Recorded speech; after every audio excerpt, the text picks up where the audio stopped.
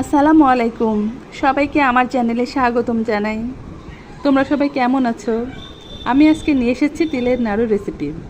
চলো রেসিপিতে যাই। প্রথমে আমি তিলগুলোকে ভেজে নেব। ভাজা হয়ে গেলে আমি একটি কড়াইতে দিয়ে দেব পরিমাণ মতো চিনি। চিনিগুলোকে নাড়াচাড়া করতে থাকবো। এর মধ্যে কিন্তু একটুও পানি দিব না।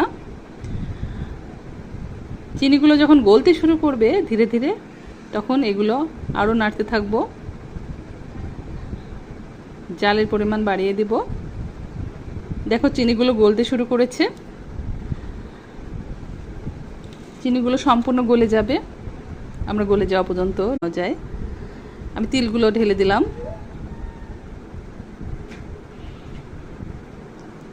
একটু নাড়ু নাড়ু হয়ে আসবে। এর মধ্যে এখন আমি তিলগুলো রেখে দেব।